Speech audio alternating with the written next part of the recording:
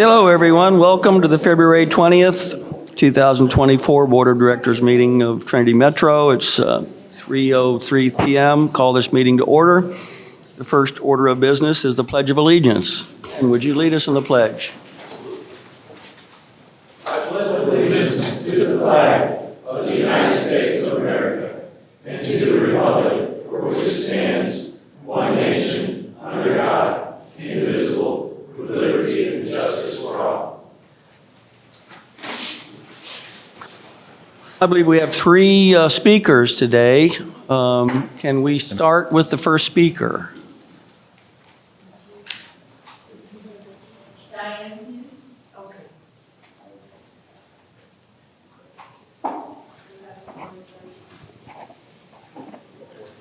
Four speakers.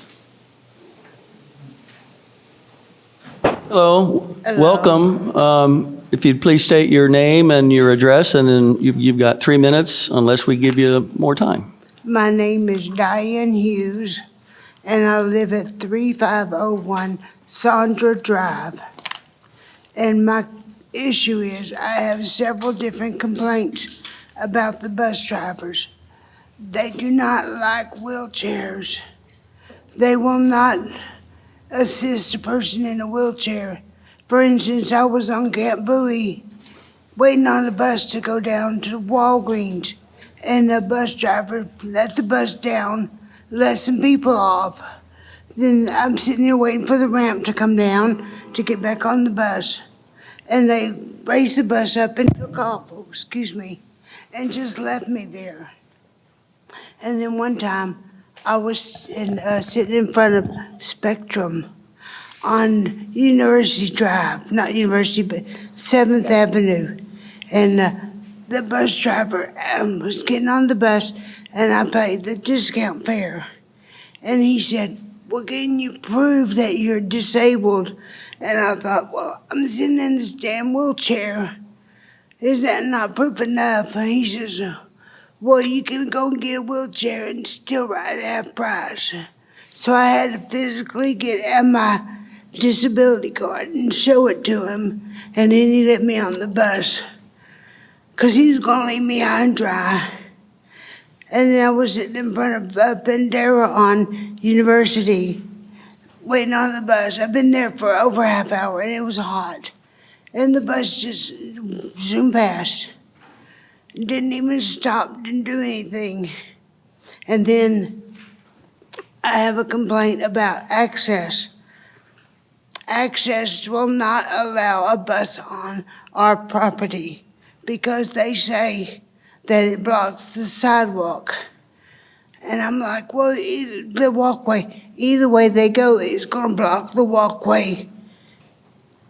And when I called them just a minute ago to schedule a ride for tomorrow, I was told that they could only send the little bus, and only one wheelchair can go, and they could limit it to 2 people, the person in the wheelchair and their attendant. And I'm like, well, we need 3 people to go down to this one place we're going to. But they said, no, we can't do that. So that's my complaint.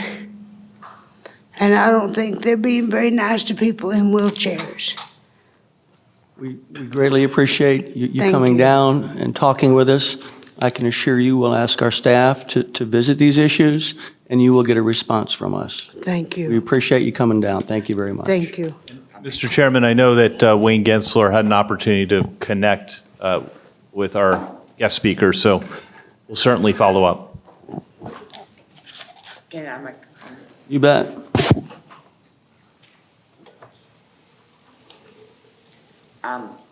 When I get on the bus. Would you just state your name for the record? My name is Kimberly Effelman. Welcome.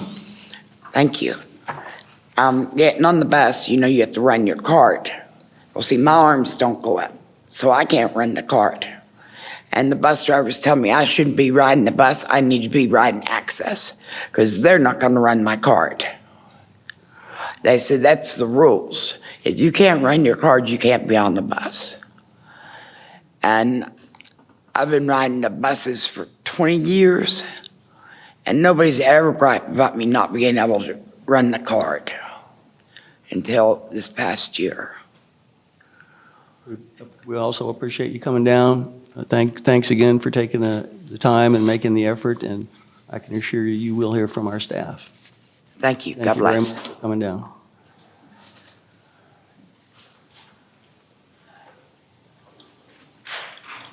Do you have anybody else that would like to?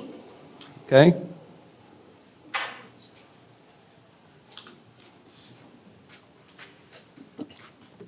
I got a quick, I'll raise this for you. You got 3 minutes, okay? Okay, good. And I'll start that here in a second. It's not the speedy version of this. There we go. There you go, sir. Go ahead. Would you state your name, please? Oh, Dominique Colbert. Welcome. I got a question about the 24 and the 25, and I'm trying to see if y'all can have it where they can just meet up, like going both ways. Like 24, like going toward Walmart, then meet up the 25 is going toward the east side of 24, and then you got the other 24 is like have meet up the one that's going like towards the Grand Plaza and the 24 is going to Star, because that's the one I be getting off of, and I be want to catch 25 going that way towards the Grand Plaza. Would you like to talk to someone right now? Not right now. Well, we can send you right there, Wayne Gensler. We have Phil Dupler in the back. Oh, Phil, we have someone in the back that can talk to you. If you'd like to step down and talk to Mr. Dupler, we'd be happy to have a conversation at this very minute. Is that all right? Yes, sir. Okay, we appreciate you coming down. Thank you. Ashton?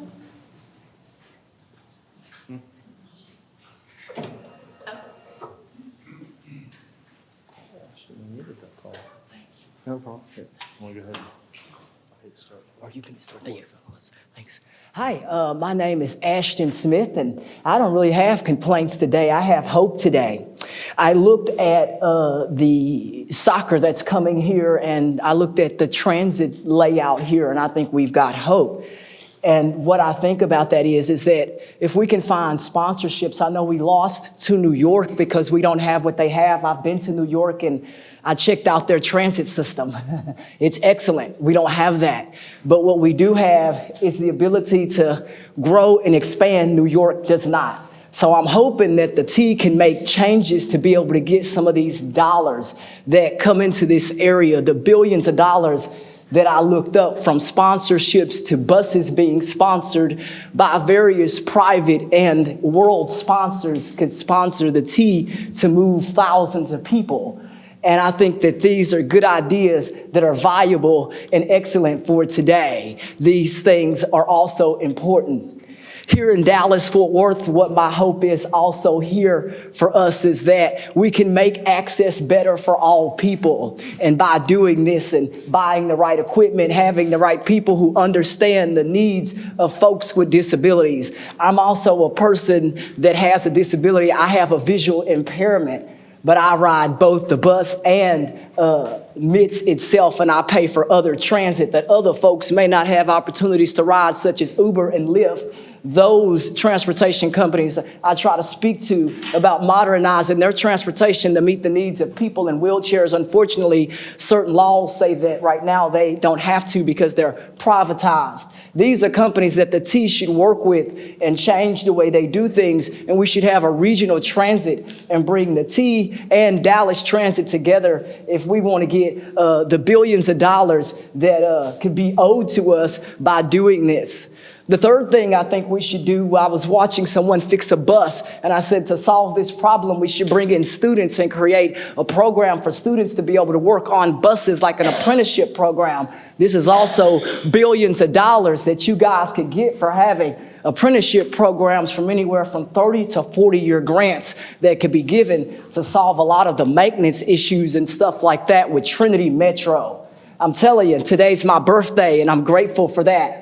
The good Lord put me here on this earth at 38 years old and articulate. And I think my voice could be of value to people who can't stand up or speak for themselves. This is what God calls people to do, to stand up for people who can't. And I think for me, understanding money is also a good way to go. This is important because money also helps people to get out of degradation and poverty. These things are also important for the for the next 70 years to make sure that they don't end up in poverty or go out of business, because there are people counting on you to do so and stay in business. This is important. So make sure you get the money that's owed and available to you. Thank you for bringing us that message. Thank you so much. Thank you. Chad, did you have a message you wanted to? Yeah, I just want to, it's not part of the public comments, but I just wanted to make well, now there's somebody sitting in the truck. The truck across the street, the silver F-150, I didn't know if it was somebody is in here. If it was, you need to move it to the parking lot. That was all I was going to mention. I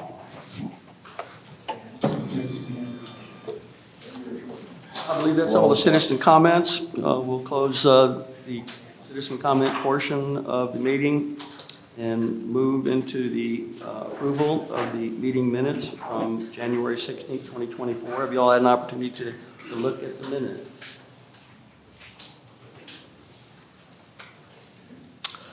Any comments, questions, or a motion to approve? Motion to approve the minutes. Motion and a second. All those in favor say aye. Aye. Opposed, no. The motion carries. We'll move into the information item and reports, and the first item is the RTC. It was a pretty good day for Trinity Metro and DART, really. At the last meeting, we were able to get $30 million to begin the journey of replacing those older vehicles with the TRE. And if you've ridden recently, we probably got 2 really good locomotives and 7 that just are chugging along and we need to replace. And this is just the first step in that journey, and we're looking to get 9 vehicles total. We're looking to redo a lot of the cabs and cars. We're in this process of revitalizing and changing the TRE, and I think this is a great first step. My thanks to DART for their efforts, the TRIAC committee. Everyone did a great job in getting together, and the staff was just spectacular. I can't say enough about the presentations and the commitment that they had to making these very hard decisions about the kind of equipment we needed. This isn't the last you'll hear from the kinds of things we need from TRE, but this will get us through the next few years until we can really make it a better experience. So that was a great moment, I think, for the region. And we also were able to get funding for our 4 TexRail vehicles. We're going to expand into Mistletoe Station, and that's a big number. The $60 million that we believe we're able to get from the RTC that was voted on is really a big number for us, and we need to expand the travel time, reduce the travel time, have it more frequency, get down to 15 or 20 minutes. It's a great commuter rail, and I'm really happy that we're able to get that done at the RTC. And those are the high points. I've said this, I think, the last meeting, but it's also important to understand we're in a non-attainment area in North Texas. So we're above the 75% threshold for ozone. And that's going to mean a lot to our communities as we go down this next path to remediation. And I don't know if we've heard from Mr. Morris yet, but I asked him to look into thinking about if we were to have 1% increase in ridership, we'd be below the 75% threshold. So I've asked Mr. Morris to have a meeting with us to talk about that issue, to allocate more funds for public transportation, and we're waiting for that meeting to occur. Have you heard from Mr. Morris? Yes, Mr. Chairman, I had a meeting last week about that. They're working on the 1% calculation for VMT to figure out what that estimate is, but they have sent me some information on the categories that have transit included in the climate protection reduction grant program. I don't think that's the right name for it, but it's close. I'll get it here in a minute. During my presentation, I'll update you. The next information item and report is commuter rail. Reed? Good afternoon, board members. I'm Reed Lanham, the Vice President of Rail here at Trinity Metro. I want to give you guys a brief update on our operations of the rails for the month of January. As many of us experienced, since we all live here, we had a typical January, Texas January, and it was wet and cold. And we did see a decrease in ridership on TexRail, and a lot of that had to do with the weather.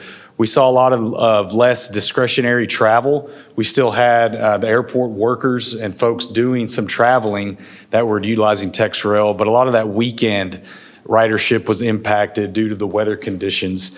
We still came in over 50,000 riders for the month, which is a positive. And then we were still very reliable at 98.76.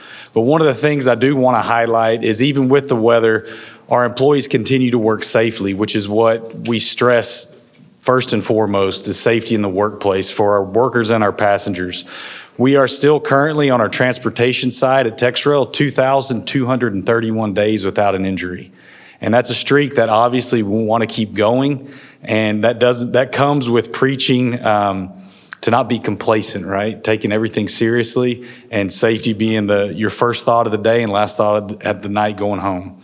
TRE, on the other hand, I want to highlight our staff at TRE, you mentioned earlier, has done a lot of great work in improving the TRE service, and we're taking our first steps towards that. We were up 26% in ridership year over year last month. We came in at 98,760 riders, and that puts us just over 8% ahead of year to date where we were last year. So we are seeing ridership come back to TRE, but with the board's help, with DART's help, the improvements we're going to make to the fleet and the customer experience, we expect this to continue to go up. So again, very, very proud of that fact.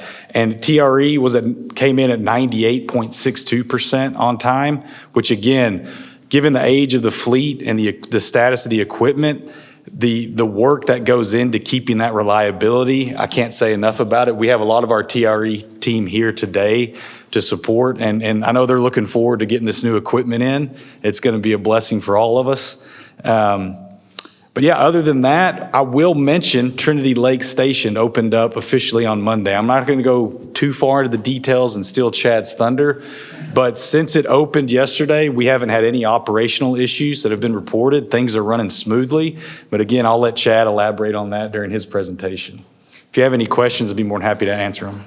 What do you hear from Dallas as far as their city council voting on this? So I do know last week it passed the committee of the whole. DART does things a little differently than we do. It still has one more process to go through, their official board meeting, which is Anthony's here, next week, next Tuesday. So that'll be the final, I was going to say nail in the coffin, but that's not fitting. So, yeah. That'll be the final. That'll be the final. Yes, sir.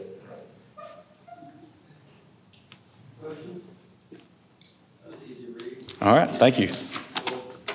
This is a journey, the ridership, so keep going. Yeah, you'll be hearing from me later, so. Human Resources, Sonia?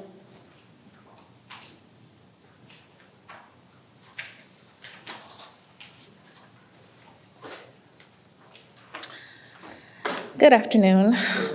My name is Sonia Harris. I'm the DBE administrator here for Trinity Metro, and we can just jump right into the updates. So on slide number 1, back in April, I don't know which, is it this one? Okay.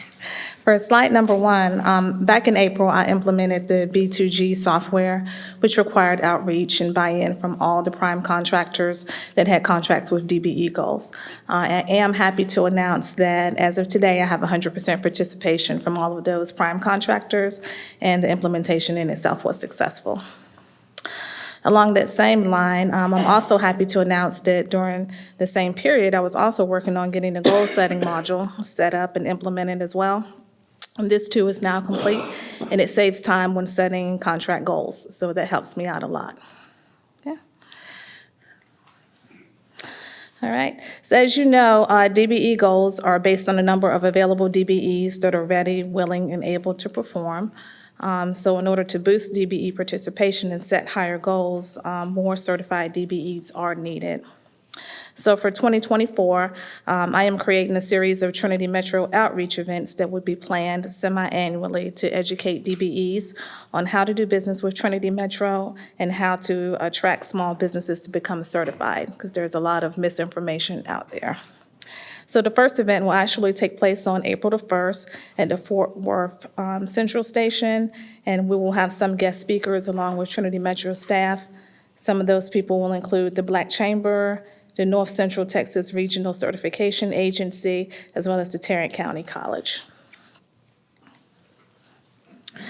So on this slide, this data is taken from the period of April to September of 2023. And it's taken from this period because it corresponds with the federal government reporting. And as you notice, $54 million was the amount of contracts awarded during this period. And out of that $54 million, only $326,000 was awarded to minority firms without the intervention of DBE goals. And this is an example of why we need more and continuing education on how to do business with Trinity Metro for minority firms. Now, this next slide is taken from the same period, but this is the result of actually placing DBE goals through subcontracts. So Hispanics received $539,000, Black Americans $30,000, females $596,000, subcontinent Asians $900,000, and Pacific Asians received $270,000 in subcontracts. So you see it's a vast difference between the two. And then this slide shows what the overall DBE goal is for the triennial period, which is 14%, and then where we stand for the moment, which is 27%. And this includes all ongoing contracts during this period. Okay. And that is all of my updates. Did anyone have any questions? Okay, thank you. Mm-hmm.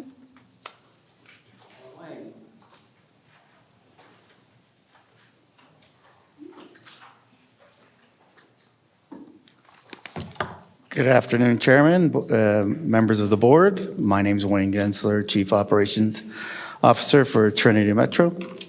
I'm here to talk a little bit about microtransit and the paratransit solution. Clearly, we've been talking about this for several months now, and want to give you an update because we had an RFP, RFP 24-T004, and it's about commingling and bringing the services together under one umbrella. Under the Trinity Metro On Demand services. And so with that being said, if you turn to page 17 of 61, you could see the presentation I put together for this. And just a little update on December 17th of 2018, we came to the board and talked to you all about the on-demand pilot at the time. We had a couple of bidders. One was River North Transit, LLC, or VIA. The other was Circuit, formerly TFR Transit. We selected both as potential contractors. We negotiated a contract with River North Transit, or VIA. That contract is due to expire May 31st, 2024. They do strictly our on-demand services for our zip zone services. In July of 2019, you may recall, we initiated or started our first zip zone service, and that began in the Mercantile area. So it was the Mercantile Zip Zone was our very first operation. With regards to access, we all know access is a service that is provided to customers with disabilities. You have to be certified to get on, to utilize the service. Generally speaking, you have to call 24 hours in advance to make a reservation for a pickup. And that service was handled by Irving Holdings, or Yellow Cab, and is set to expire on September 30th, 2024. With regards to the services that we did on November 7th, 2023, we did a request for proposal that I just spoke about for microtransit and paratransit solutions. It was issued, and the new service would also include a technology provider for both zip zone and access. And lastly, Trinity Metro received 4 responses from qualified vendors during that process. So going to the next page, I'm just giving you a recap a bit about what happened with Zip Zone services. You can see it's one of our fastest growing services in all of Trinity Metro. For the first 4 months of FY 2024, we're at 102,000 rides, doing an excellent job, and people continue to increase ridership on these services. You can see our highest month was the fare-free month, November, but on average, we're slightly over 25,000 rides. So great opportunities there. You can see what the ridership was in our first year, FY 2021, 3,750 rides. That was in the same period of time that we're measuring here. So tremendous growth, and we're very excited about that. I know, Jeff, and you and I had this conversation multiple times. Other board members were on that. I wanted to show everybody, it's typical when we have the on-demand services. When you first launch it, it's very high cost per ride. As you can see, they all, except for Alliance, and you need to take that as a one-off, as that is handled by Lyft currently, and Lyft Services is not a fully dedicated service. All the rest are fully dedicated services. You can see the high cost of doing business to start, but where we ended up is, other than the Southeast, we're under, we averaged about $34 when you take them and weighted average them. So it's really a good number, but we want to get better at that, and that's what this is all about. It's not only about cost, it's about providing good quality service to our customers. And that's, we'll talk a little bit here as we move through this presentation. Another way of looking at it is the graph here. And again, you can see everything trending down, sharply down, other than the blue line at the bottom, which that is the Lyft contract that we have up in Alliance. Last but not least on this, what's important is 3.1 passengers per hour. And our goal has always been 3.5. When we first started this service, we were roughly at about 1.7. We talked constantly with our vendor about getting to 3.5, and we're knocking on the door right now. We believe when you add the 2 services together, you'll most certainly get above 3.5. The next slide will show you access monthly ridership, and you can look at it and go, it looks almost like our services that we provide in our on-demand services, which it is, 102,000 versus 104,000. So combined, you got the 208,000 or so rough rides that you're going to be able to service and provide services for all customers using the same app, using the same platform. For customers that want to in paratransit, they can do it same day, or they can go back to the traditional way and call ahead and schedule a service as well. But these numbers all play well with what we're trying to do here, in that they're all like services, all on-demand services, and we want to give that quality service to all our customers. The next slide also provides you the combined. Long story short here, if you took it and just kind of looked over 5 years, you'd have 3.2 million rides.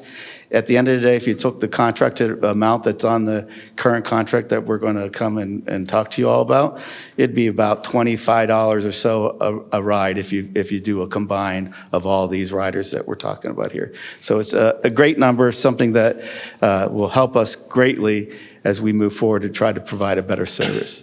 Currently, you can see where our vehicle count is. Zip Zone 25, Alliance, there are 8, Access 42, Access in-house 22, for a total of 97.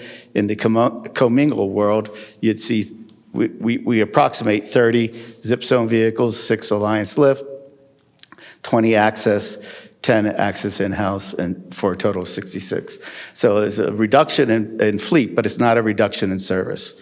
And that's the important thing to remember. We're having multiple vendors out picking up customers, and none of them do it, and they're crisscrossing each other is what they're actually doing. So this way, you're going to become more efficient and be able to take care of more customers in a more timely manner. Just as a review, you saw this slide before, but why do you do commingling? Well, it's sharing of resources, which I've been talking about. It's multiple demands, on-demand services like our ADA paratransit and our microtransit. And it's to help reduce operating costs and improve productivity and quality of service. You could have a hybrid commingle, but what we want to go to is a full commingle. We should see efficiency gains or passenger per hours, which I talked about, and we want to see the shared ride percentage increase versus the single ride usage. Last but not least, you would see cost savings in drivers' hours, vehicle counts, and software. So today we have multiple softwares. Tomorrow we would not if this service is inactive right today. Again, on a technology side, one software, one solution. There's a trip optimization, so we're taking all these trips, they're getting rebatched, and they'll optimize the trip as people are booking trips. GoPass integration is part of the program. Everything will be on the GoPass app. All the trip planning could be done on the GoPass app. We can, for the first time, leverage TNCs. So what's that mean? So if we get up to Alliance, for example, and the express bus comes into Alliance and parks, and we have our zip zone vehicles there, and there's an overload, they'll know it and be able to send TNCs to come pick the passengers up and get them to their jobs. So it's another additional piece of transportation that will help us get people to where they want to go in a timely and efficient manner. The software will allow us to do our NTD reporting, which is very important for reimbursement from the FTA and from local COG. And so that's an important part of the program. And last but not least, there's a staging environment, which simply means there's a sandbox. Before we put it into the app and go live with it, we'll do testing until we're satisfied it's working the way we expect it to work. We talked about the vehicles. There's dedicated operated access vehicles. There's dedicated contractor vehicles. There's non-dedicated TNCs, which we talked about. There's the potential for autonomous vehicles. And there's other options with regards to manufactured vehicles, such as battery electric vehicles and hybrid vehicles. So we have all those options. We most certainly are interested in every one of them, especially autonomous, but that technology is yet to be totally finalized, but we're working with people to see what we can do with regards to that. Last but not least, driver training. All drivers will have the 104 hours of training necessary to operate in the paratransit world, so we want to make sure everybody has the same training, everybody treats the customer the same with respect and a sense for their safety. Lastly, there is that safety-sensitive requirements that we have to have, and last but not least, the human trafficking training that we'll do. Here's the vendors that responded to our RFP. One was VIA, one was Irving Holdings and Rideco. The third company was We Drive You. They had Spare, Circuit, and UServe as partners. And last but not least, Q-Ride. The evaluation and scoring. The evaluation was based on qualifications, experience, knowledge, and capabilities of the company, specification compliance, financial capability, references, and cost. Tidewater Transit LLC, or VIA, proposal provided the best response, scored the highest, satisfied all requirements, and was found reasonable and satisfactory. Our transition phase with VIA, starting June 1, 2024. VIA will continue to operate and manage Trinity Metro's zip zone services for Mercantile, Southside, and South Tarrant Zone, so no change. The only change is we'll transition the Southeast Zone, operated by Trinity Metro, and it will be operated under the VIA management structure. Then, starting in October 1 of 2024, the Alliance Zip Zone agreement will end and will transition under VIA management and will no longer operate under Lyft services. And last but not least, VIA will be in the contract provider for Trinity Metro's access service, the portion that Yellow Cab does today, and we'll start the commingling process. We will not just jump into full commingling day one. we'll ease our way into it so that we're making sure we're doing the right thing and it's functioning properly. But as we move forward and things function properly, then we'll move all the way through to the logical end, which is a full commingling. The service will model and undergo a name rebrand starting in the fall of 2024. So even though I might have said something about Trinity Metro On Demand, it's not totally finalized yet, but we're moving in that direction.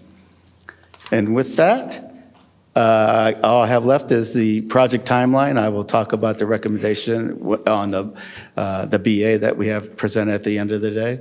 But here you can see the timeline. We're currently sitting at board action, February 20th, 2024. We have two more important dates, and that was the June 1st date I talked to you about, and of course the October 1st date we discussed as well. So with that, is there any questions? I have a quick question. What does this, I love the staff and y'all's due diligence, so I'm sure you've already answered this, but when we have certain events like 9 Super Bowl level events happening in the same year under the football, what is the opportunity there for having Zip Zone or having VIA increase their staff for what I would call a surge event? So I would imagine that we'll be able to do it through the TNCs as well. And also VIA is located in Arlington, and we'll have to surge there as well. We'll work with them as partners and make sure that we're prepared for any surge that's necessary. I would tell you, my own experience, you would go to different vendors, i.e. TNCs, and get pricing locked in so that you can handle customer surges during those periods of time. Awesome.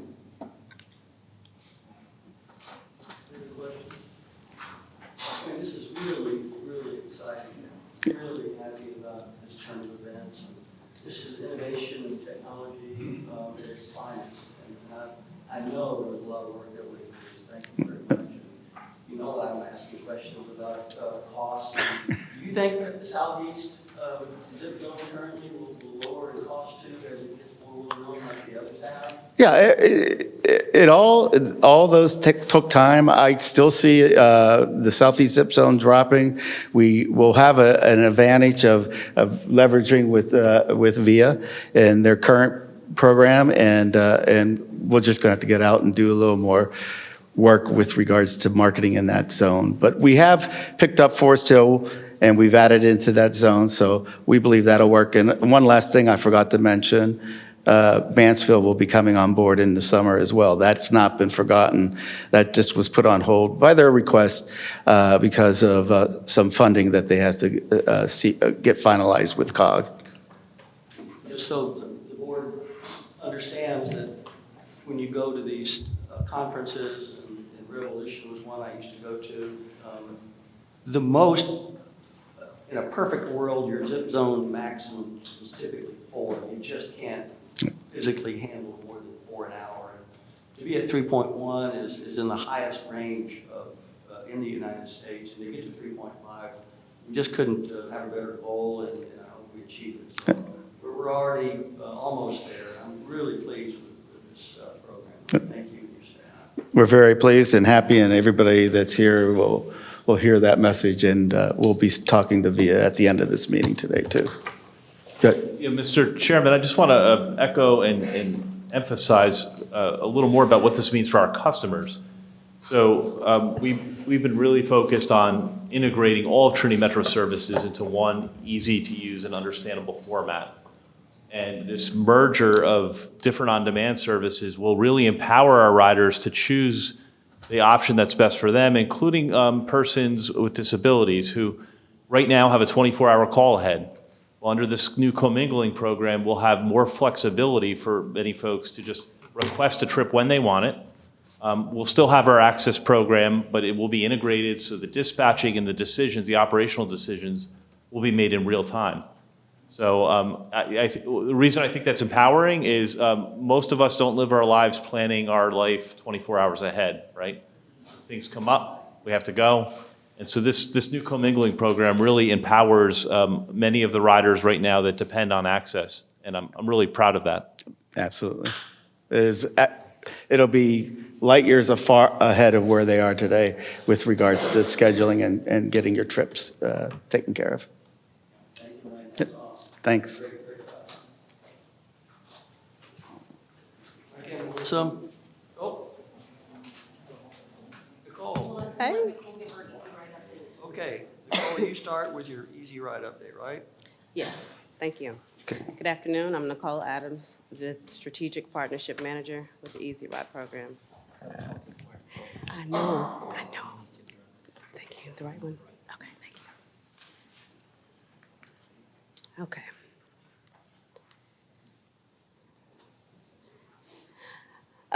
At the end of January, Easy Ride totaled 120 partners. We are currently at 126 partners. Last quarter, we focused on increasing engagement with our organizations. We partnered with Visit Fort Worth and Fort Worth Sports Commission to welcome an international group of over 1,500 participants for the 16th annual WWC, which is an international karate championship organization. The participants utilized TextRail to connect from DFW Airport to downtown Fort Worth Central Station and utilized all of our other services while they were staying here. So we would like to welcome our new partners, Fort Worth Metropolitan Black Chamber of Commerce, the Hispanic Women's Network of Texas, and Enterprise.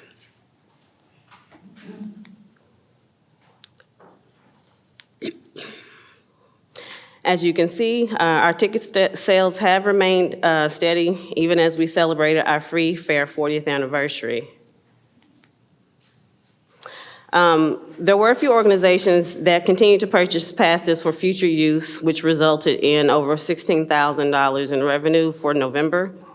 December was a great month for Easy Ride, with the vast majorities of our partners gearing up for the holiday season and 2024 by purchasing daily, monthly, and annual passes. As a reference, December of 2022, Easy Ride revenue totaled $51,162. As you can see, in December, we were at $82,282, which is an increase of over $31,000 from the previous year.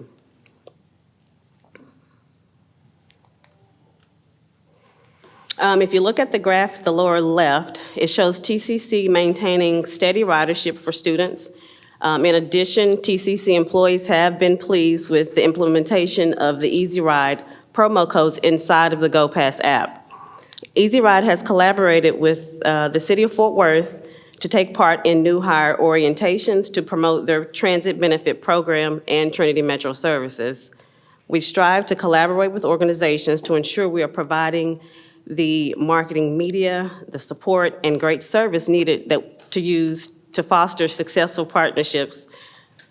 DFW Airport Parking will commence their employee transit benefit program this spring due to the combined efforts of Trinity Metro, DFW Airport Parking, to develop a transit benefit program that would serve their employees while increasing ridership and promoting transit and just being that added resource. With the great added benefit, DFW Parking will utilize the GoPass app and distribute 1,200 monthly passes to employees. With the implementation of the GoPass app, it has created a much avenue that was needed for our organizations to continue using our services and providing that great rider experience that we know that we can provide. That's all I have for you. Any questions? So are you competitive? Very. That's a good answer. Yes. Keep going, thank you. No problem, thank you. That was our report.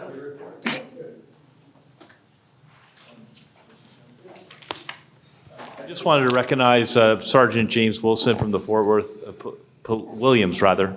Sergeant. We had an opportunity last week to meet with Fort Worth Police Department Chief Noakes, and Sergeant Williams is an important partner of ours in helping us keep our system safe. So thank you for joining us.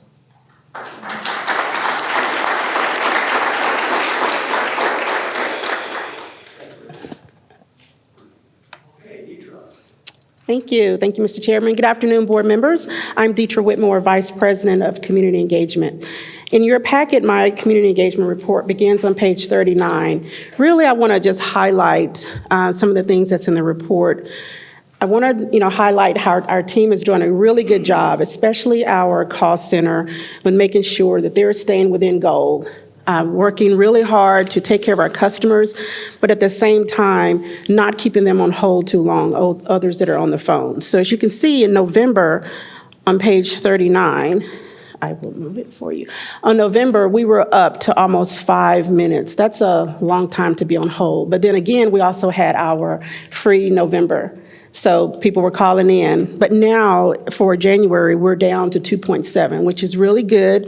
We're within the white for our goal, but we really want to be under the goal of 1.5. Doing a really good job. And then also our complaints. Great job on our campaigns led by Ferry Bright, our quality review manager, working with operations. We're doing really well on the complaint side.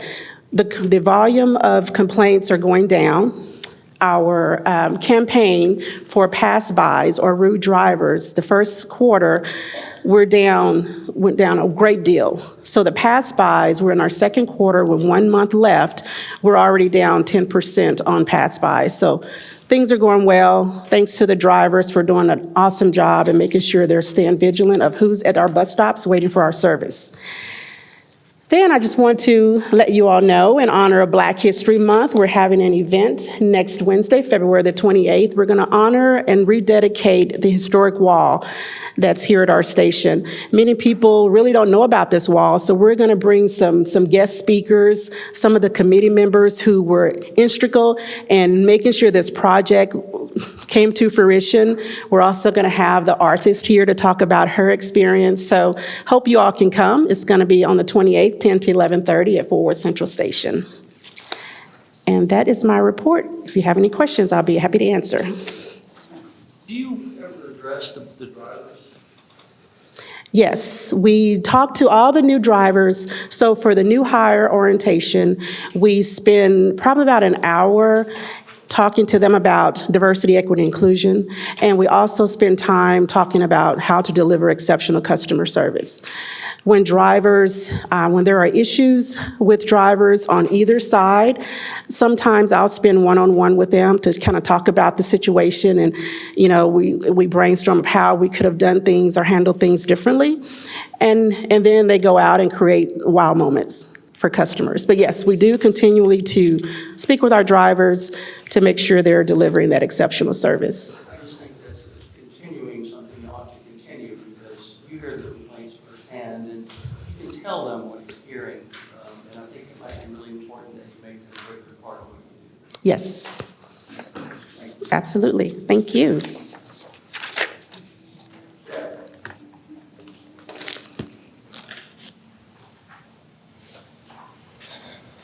Good afternoon, Chad Edwards, Executive Vice President, Strategy Planning and Development, which you've already heard from me today a couple times. Mr. Chairman, you asked when you were giving the report on the RTC about the Climate Pollution Reduction Grant. Is that right?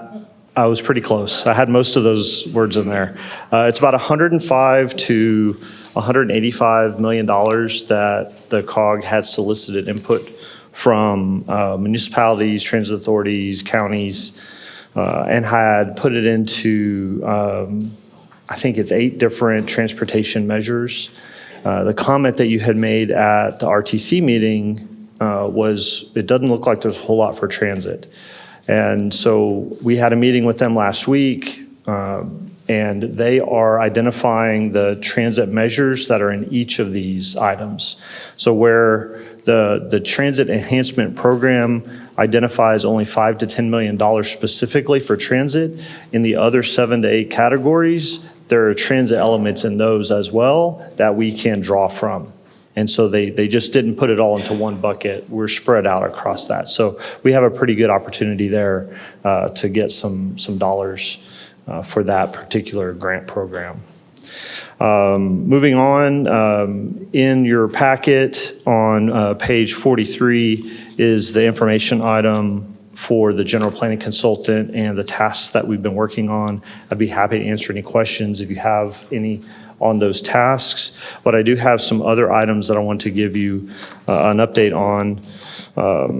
Let's see, we did sign our property sales agreement for the Vickery property on the 8th of February, so that's very good news for us. Pass that on to the title company, and now it's all of the process has started on the due diligence and the surveys and all the other work that needs to be done. So we're very excited about that, finally getting that moving along. TexRail extension, we are submitting, and it'll be this next week, we'll be submitting a RAISE grant. Don't ask me what RAISE stands for. But it's about $25 million that we're seeking from the federal government to help supplement the costs that we have for the TexRail project. You had mentioned, Mr. Chairman, the $65 million for the TexRail vehicles. That was approved with RTC. Those are for 4 TexRail vehicles. We have that funding coming along. Reed is going to have an action item here later on to help with preliminary engineering of those vehicles, and he'll go through that as well. The one part that we're working on now is once we get the vehicles, we're going to need a place to put them. And so we're going to have some work that we need to do at the Mahaffey maintenance facility to extend some track and add some additional length there so that we can have storage for not 8 but 12 vehicles, plus a little room to move around. I'm putting together a letter to passengers that will be highlighting the decision that the city of Blue Mound has made as far as withdrawal from Trinity Metro. This will be as apolitical as you can get. It'll be more to really inform, pardon me, inform the passengers that this is happening and that they have an opportunity to vote on it if they live in the city of Blue Mound. So we're going to try to just put it together as matter-of-factly as possible, share it with the city so that they feel comfortable with it as well, and try not to cause any problems there. We think that we understand that the city of Blue Mound is doing what they're doing. I don't harbor any ill will towards them, and hopefully that once they get through this part, we'll be able to still work with them either on a contract basis or something else. So just wanted to give the board a heads up on that. I do have pictures, I think. There we go. Oh, could I have done that? Oh, okay, sorry. So Trinity Lake Station opened yesterday, and we had a pretty good success. Thank goodness it was a holiday. And I'll give you some slides here very quickly about what we've done here. We took 2 different tours, all of customer service went out so that they could answer questions on where the temporary stop is, how far it is to the platform, where is Trinity Lakes. And so we were able to take all of the customer service group out there and anybody else that wanted to see Trinity Lakes. Facilities did a fantastic job. Thank you so much for building this temporary platform for us that you can kind of see it's in the midst of construction. This was on Friday, actually, and they did a great job. This allows a little bit easier off and on from the bus. Oh, too far, there we go. So you can see this is a look on Sunday. No cars out there yet. Thierry hasn't started up at this station yet, but there was still a bus there, the bus Route 55. You can see that we had coned off some areas so that the bus could get through, make this left-hand turn at the end of the drive, go around the parking lot and still get out towards Trinity Boulevard. Blocked off in certain areas so that our passengers know where they can park. This is the west lot. It's the larger of the 2 lots. Once we get lighting and the concrete has cured enough on the far side, closer to the east lot in the next 2 to 3 weeks, we'll be able to access as we normally would and really would like to with the bus right there at the station. This is looking from the platform back towards the station. You can see over there to the right is in the distance is the east lot. And then lastly, this is this morning, I stopped by the station. There's 72 cars out there today. So I wanted to share this with you, that we do have people out there using it. So it's a great success for us as a soft opening. We know that there's still a lot of work that needs to be done out there. It will get done in the next couple of weeks. And then in mid-March, we'll have our actual ribbon cutting with everything, all the proper dignitaries there to celebrate the opening. So that's all I have. If you have any questions, I'd be more than happy to answer those. I just want to comment, Melissa's team has been doing a really good job monitoring the social media about the station switch. There have been hundreds and hundreds of comments and confusion still going all the way back to the Richland Hills Fund.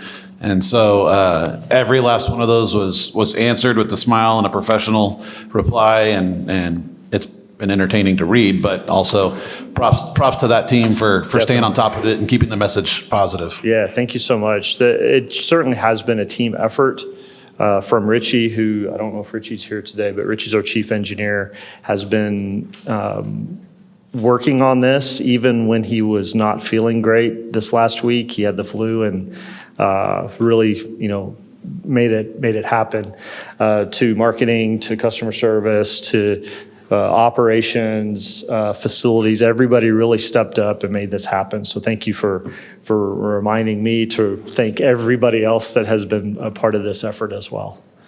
So. How much have we paid the general planning consultants for? Oh my goodness, you would ask me that.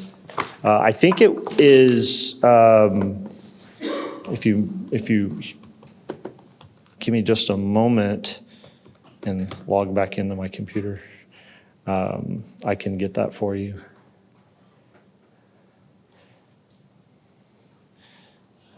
And glasses. Here we go. Come on. Let's see. I have a quick report that I did not actually print out today. That's why I'm looking it up very quickly. Let's see. We have invoiced to date $1.8 million. That's what they've been invoiced to us. We have total authorized amount to spend.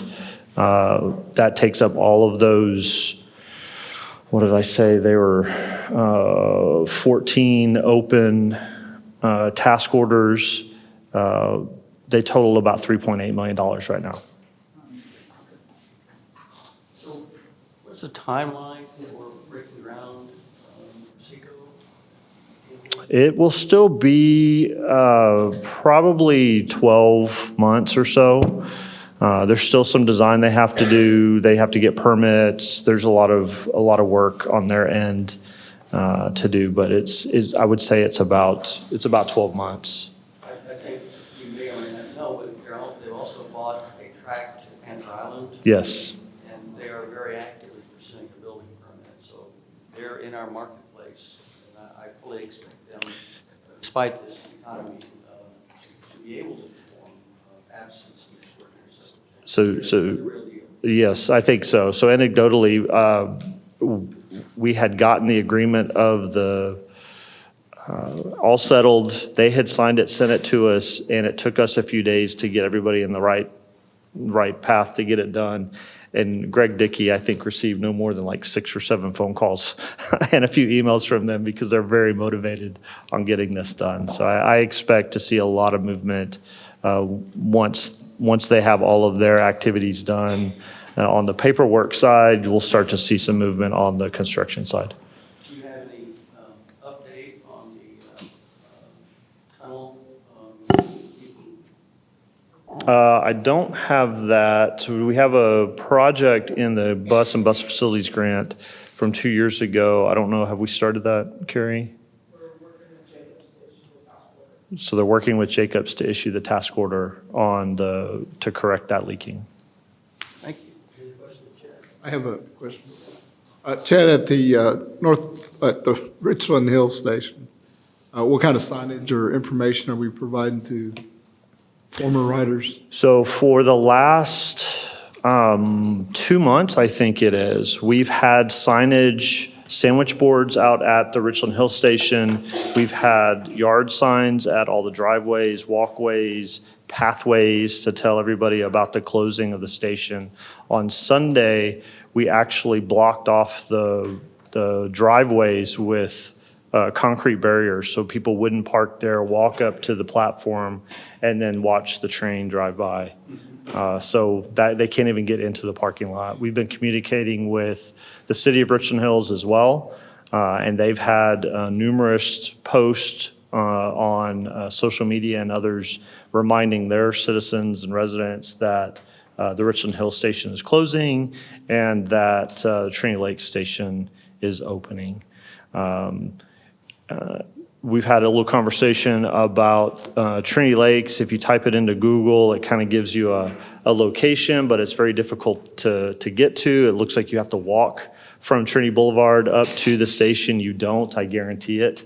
So if you really wanted a better Google map opportunity and path, you could use 7979 Trinity Boulevard, Fort Worth, Texas, to get you to the entryway of where the access road is off of Trinity Boulevard.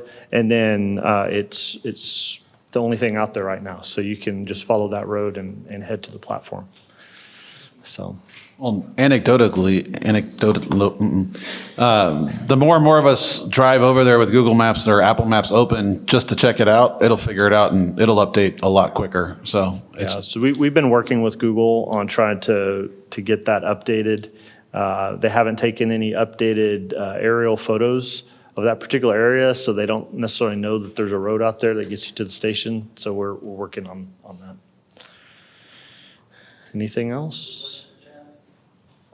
All right, thank you very much. We'll report on the audit. I'd like to call on Kristen Koslow.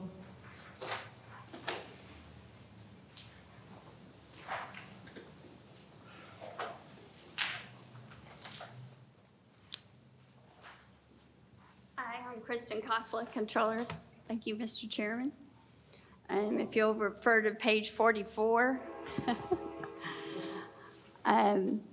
Weaver and Tidwell have completed our annual audit, and in their opinion, they presented our financials in all material respects and issued an unmodified opinion, which is great news. The full audit report is on our website, but Weaver and Tidwell have provided the board a bound copy, and I provided each one of you this. But before I introduce the auditors, I wanted to give a special recognition and thank you to the accounting team. And if you will stand up, please.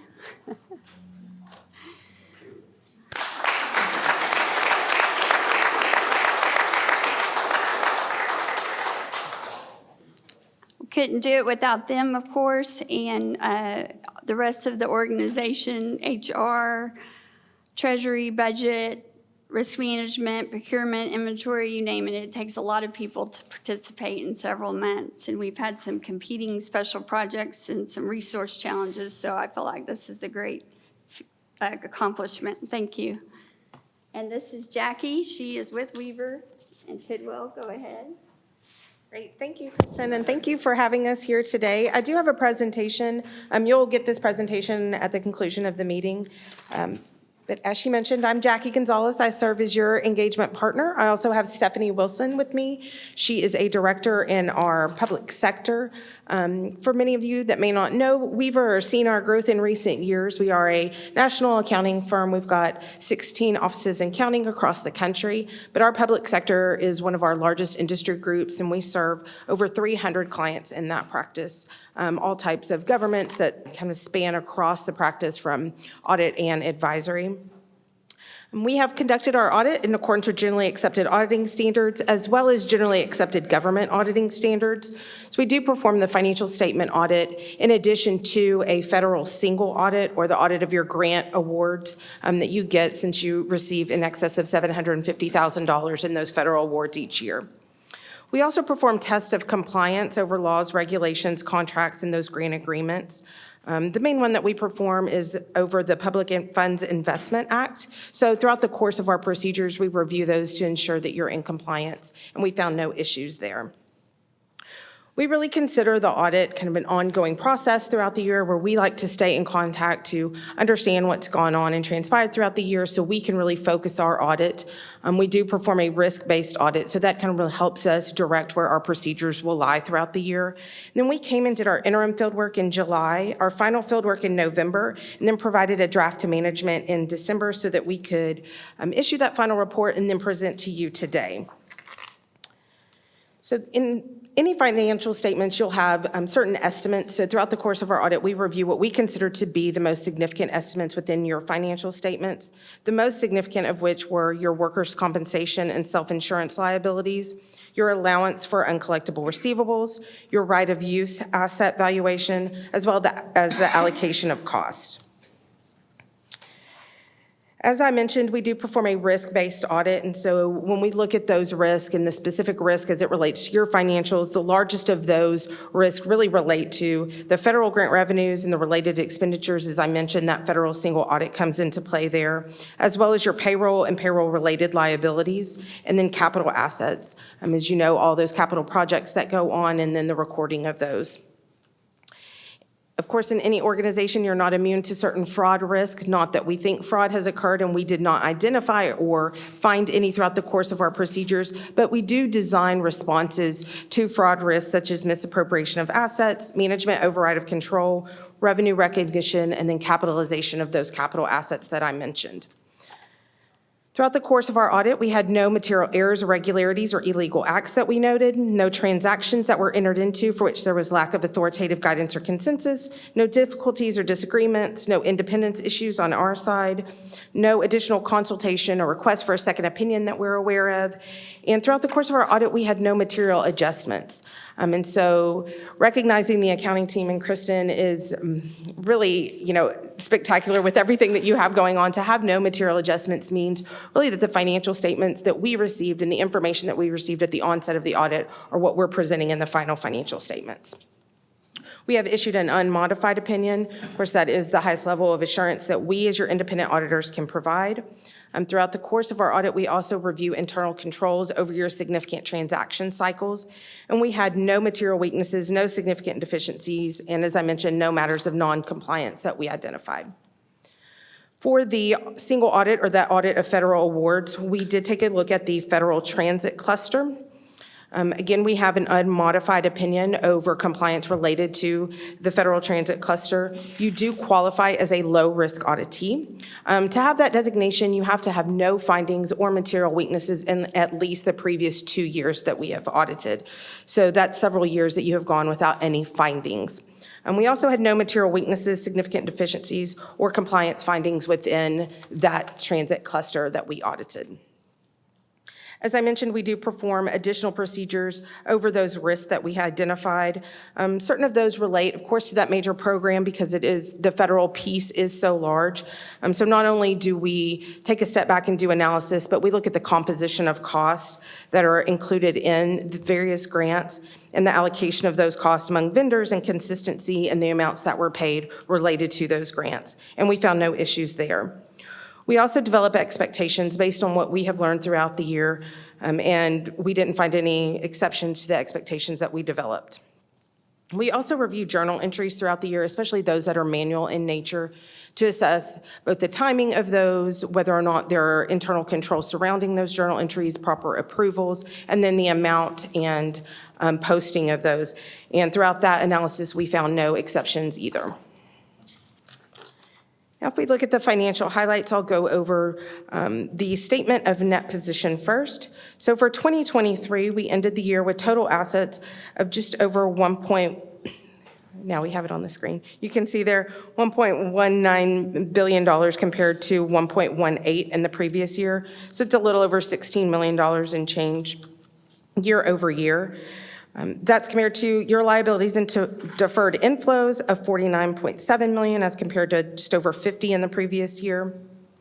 So those changes in assets are largely related to an increase in cash as well as an increase in your grant receivables related to the increase in those grants, which we expected to see in the current year. Those increases were offset by a decrease in your capital assets, primarily related to just depreciation expenses that's incurred throughout the year.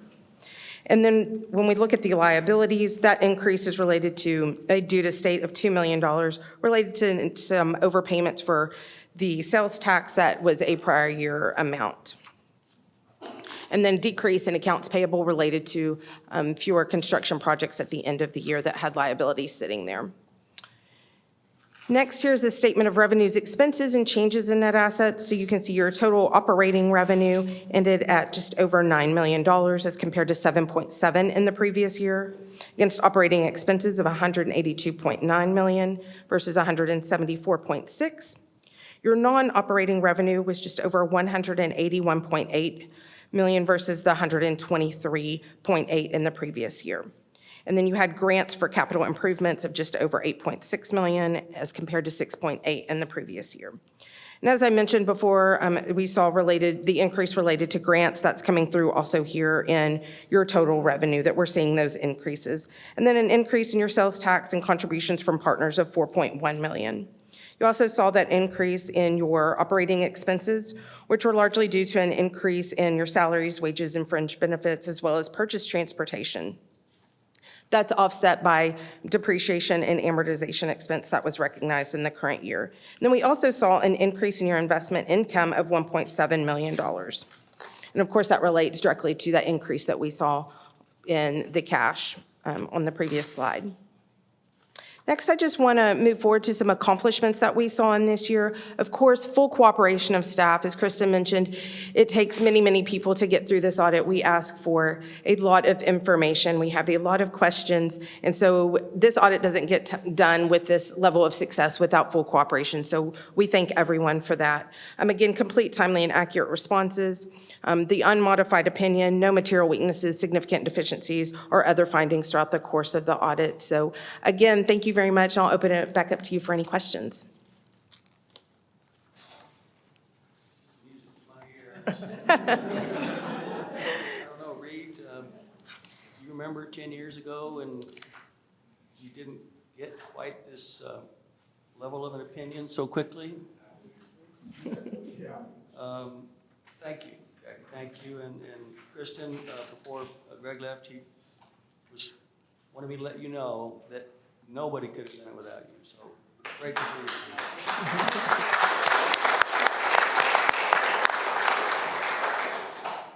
Thank you very much.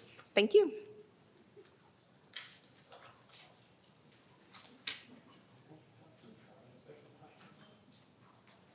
Okay, Greg.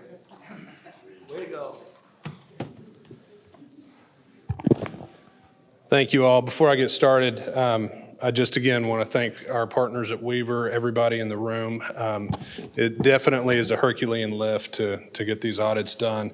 And so thank you all for your help and assistance.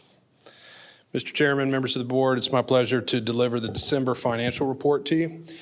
We've got the first quarter behind us so far, so we're getting more data that we can use for our year-end projections. I'd like to refer you to page 47 in your packet. So beginning with the revenue update, as of December 2023, we're projecting revenues to exceed the budget by approximately $1.2 million. Total revenues are budgeted at $320.4 million, We're projecting total revenues at the end of year at 321.6. This is primarily driven by sales tax. Collections year to date are 31.2 million compared to 29.3 million during the same time period last year. On the expense side, we have total operating expenses of 154.7. We're currently projecting 153.8 or $836,000 below budget. Fixed route year to date is 10.3. We spent 9.6 during the same period last year, and we're projecting a $657,000 overage, driven primarily by personnel costs. When you compare this against our performance last year, this is a pretty reasonable assumption to make at this point, given the trend.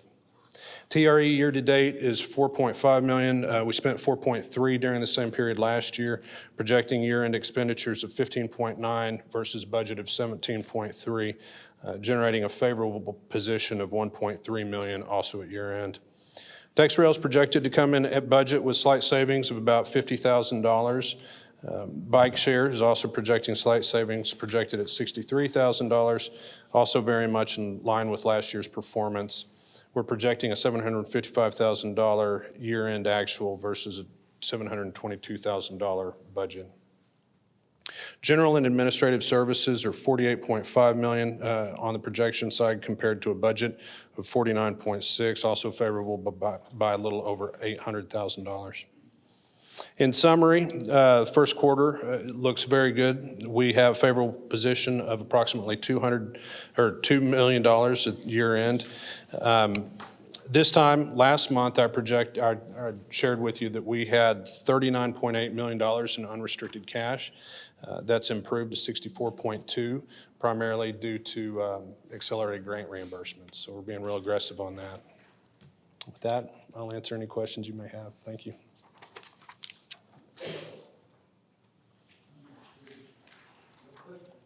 Very good. Thank you. Resolution.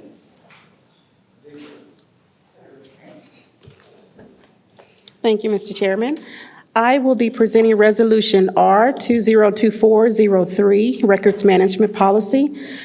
The Texas Local Government Records Act of 1989 requires that each local government, including in special purpose districts or authority, designate a records management officer and establish a records management program by ordinance an order or resolution as appropriate.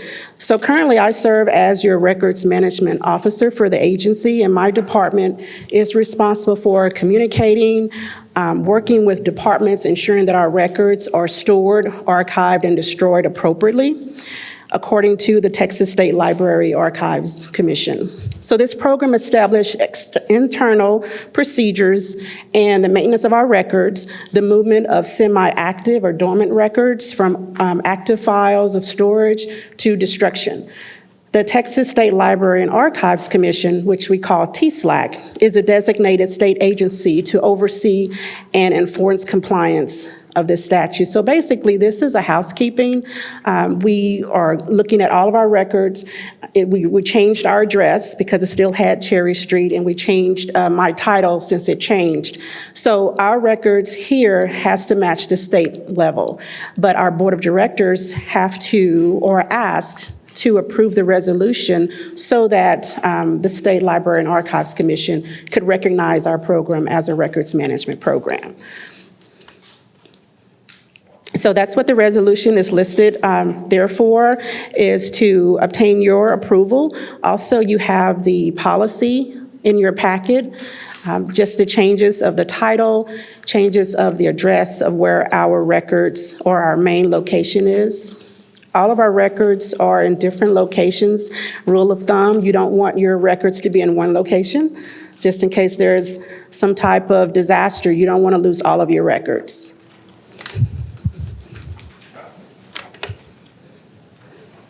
Any questions? Motion to approve the resolution? So moved. Second. Motion is second. All those in favor say aye. Aye. Any opposed, no. Motion carries unanimously. Thank you, Deidre. Thank you, Mr. Chairman. Okay, action item, wait.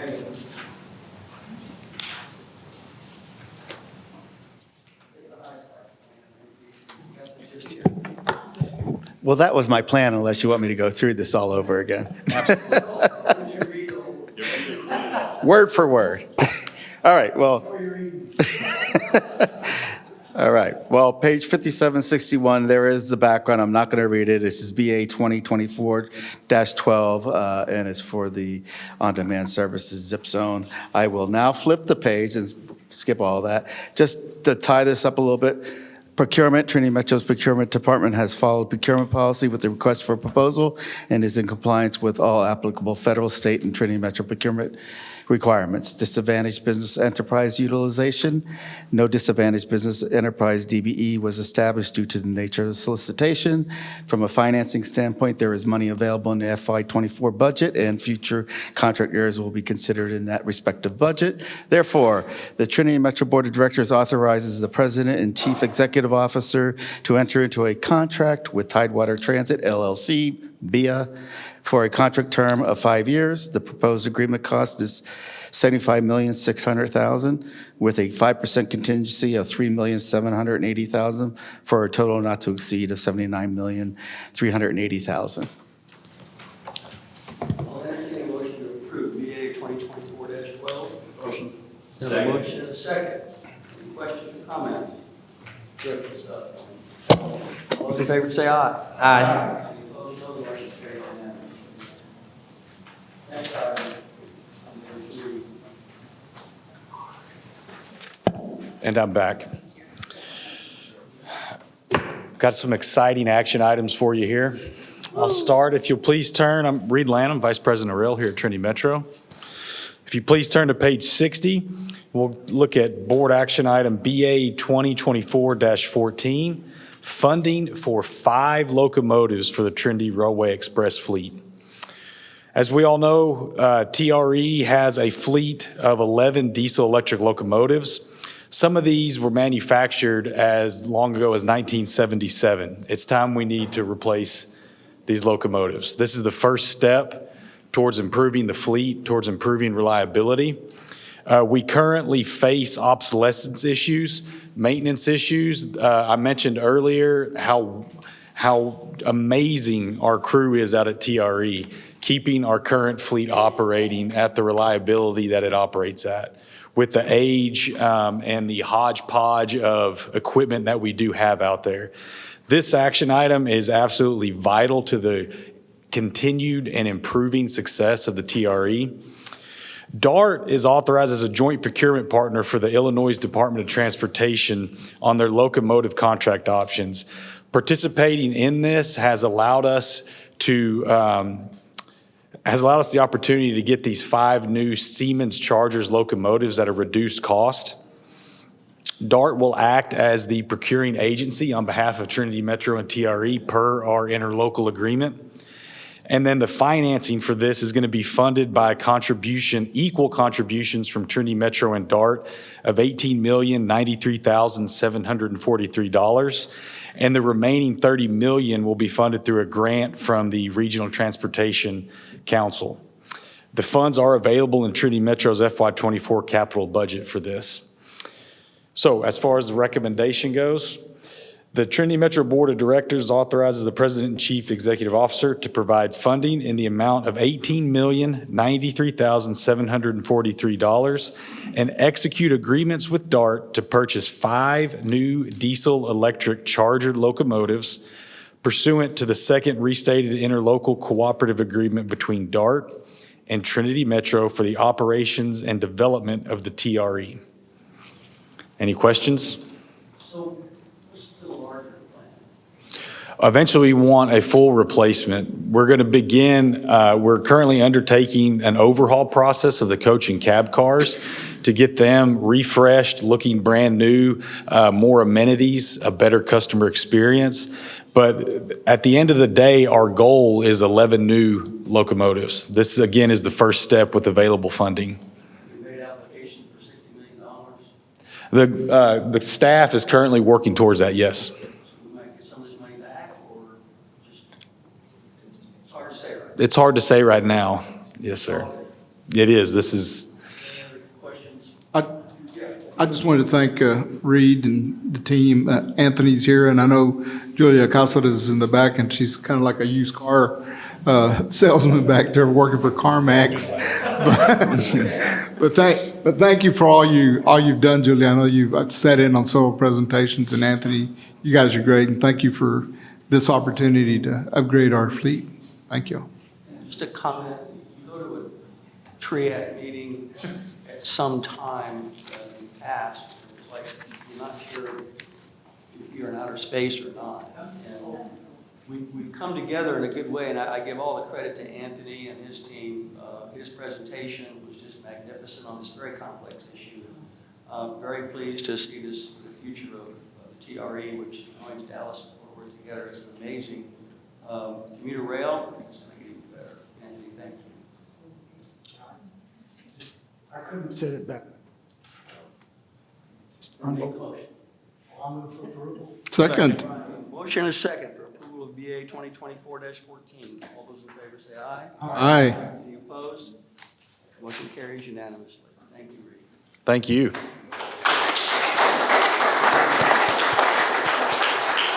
Okay, TexRail vehicle fleet. So if you would, please, you get a little bit more of me. If you would, please turn to page 61. I have one more extremely exciting board action item for us all. So this is item number BA 2024-15, TexRail vehicle fleet expansion pre-engineering. So as we're all aware, TexRail operates a fleet of 8 Stadler DMUs. We currently run 73 trains a day at roughly 22 hours. Every day of the year, we run the same schedule. No holidays, no days off, like Bill Belichick, except for when we shut down for a maintenance window. We do put a lot of stress on our current fleet, and we've got a lot of great plans for TexRail and the future of TexRail, and that includes, as we've already heard, an expansion down to the Mistletoe station.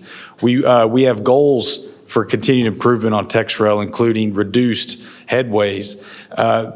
This action item will allow us to begin the process to procure 4 additional FLIRT DMUs to add to our fleet and allow us to accomplish our goals. On February 8th, 2024, the North Central Texas Council of Governments, the RTC, approved $65 million for Trinity Metro to purchase the needed vehicles. Since the current fleet is made up of 8 Stadler DMUs, like I mentioned, we've recommended that the 4 trains be purchased from Stadler to match the current fleet. This allows us advantages on parts availability, ease of use, and familiarity with our current mechanical crews. In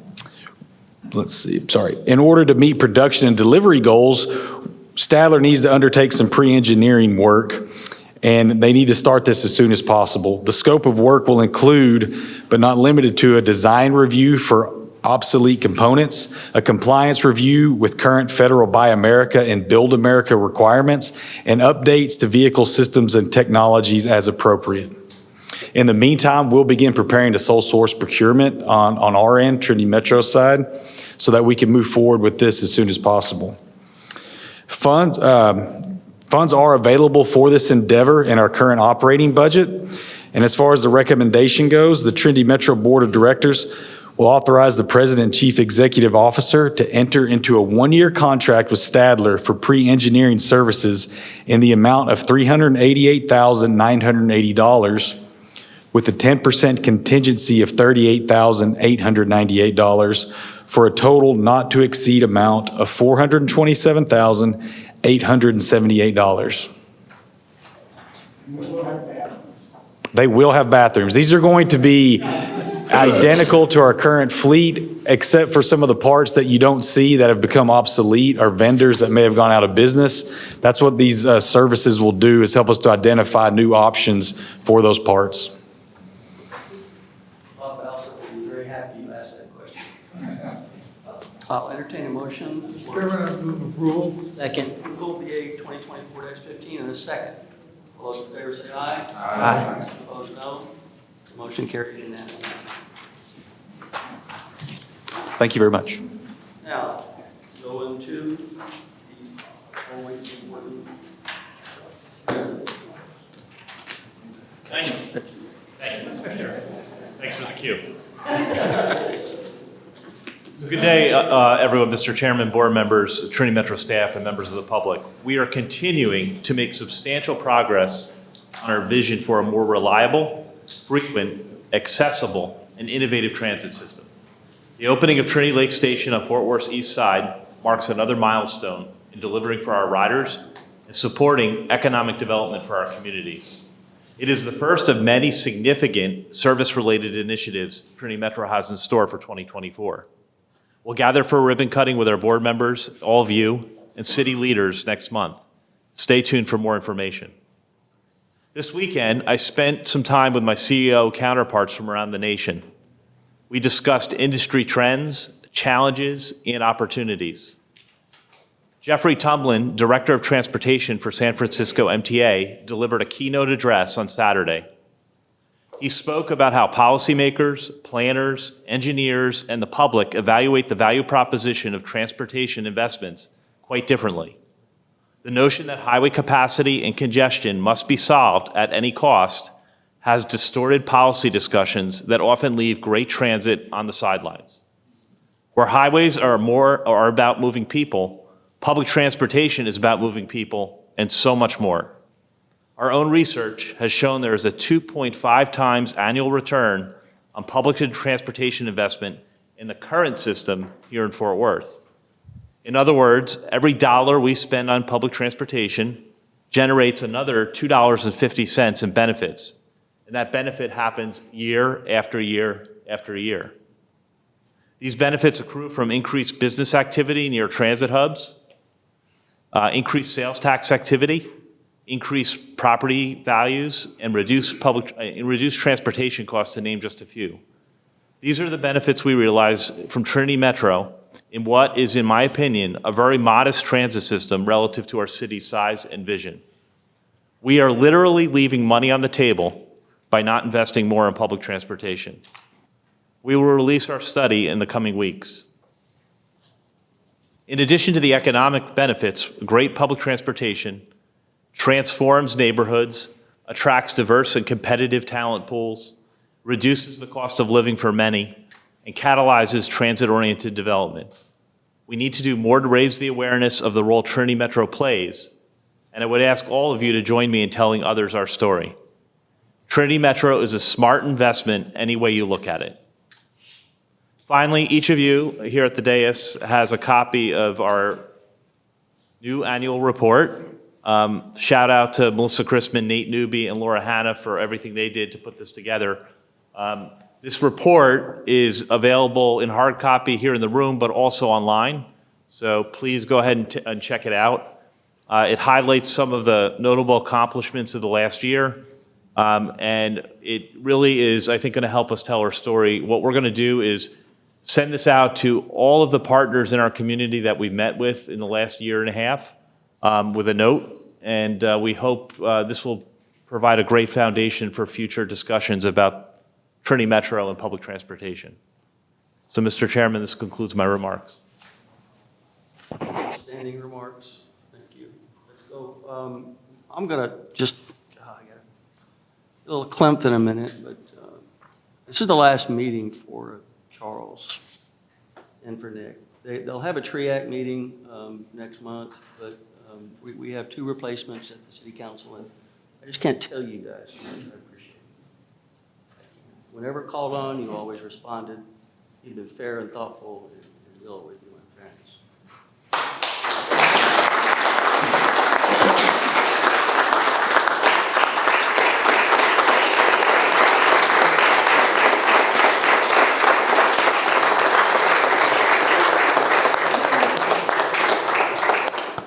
Did you want to do a photo today, or? I don't like it. No.